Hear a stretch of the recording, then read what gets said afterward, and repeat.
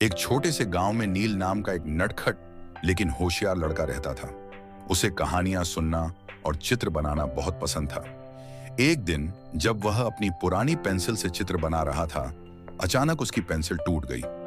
वह उदास हो गया, लेकिन तभी उसके दादाजी ने मुस्कुराते हुए उसे एक पुरानी सुनहरी नक्काशीदार पेंसिल दी और कहा, यह कोई आम पेंसिल नहीं है, इसे बुद्धिमानी से इस्तेमाल करना। नील ने जिज्ञासा से पेंसिल ली और अपनी कॉपी में एक छोटा सा दरवाजा बना दिया। जैसे ही उसने आखिरी रेखा खींची, अचानक उसकी किताब से एक चमकदार दरवाजा प्रकट हो गया। नील की आंखें हैरानी से फैल गईं।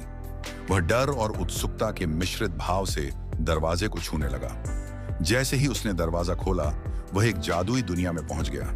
चारों ओर चमकते पेड़, हवा में तैरते द्वीप और रंग बिरंगे जीव थे। वहां उसकी मुलाकात गुब्बू नाम के एक छोटे से गोल मटोल जीव से हुई, जो हवा में तैर सकता था। तुम यहां कैसे आए? गुब्बू ने हैरानी से पूछा। नील ने उसे अपनी जादुई पेंसिल के बारे में बताया। यह सुनते ही गुब्बू का चेहरा डर से सफेद पड़ गया। ओह नहीं, तुम्हें तुरंत वापस जाना होगा। अगर जादूगर जोराक को पता चल गया कि तुम्हारे पास ऐसी पेंसिल है, तो वह इसे छीन लेगा। नील को अब सच में डर लगने लगा।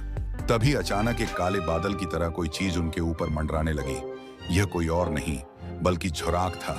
हाँ, तो यह रहा जादुई पेंसिल का नया मालिक, झोराक गरजा। गुब्बू ने नील का हाथ पकड़ा और भागने लगा, लेकिन नील ने हिम्मत नहीं हारी।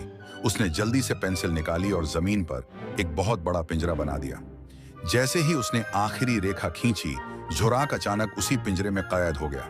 नहीं, मुझे बाहर निकालो, झोराक चिल्लाया, लेकिन नील और गुब्बू खुशी से झूम उठे। नील ने जल्दी से अपनी कॉपी में अपने घर का दरवाजा बनाया और पलक झपकते ही वह फिर से अपने कमरे में था।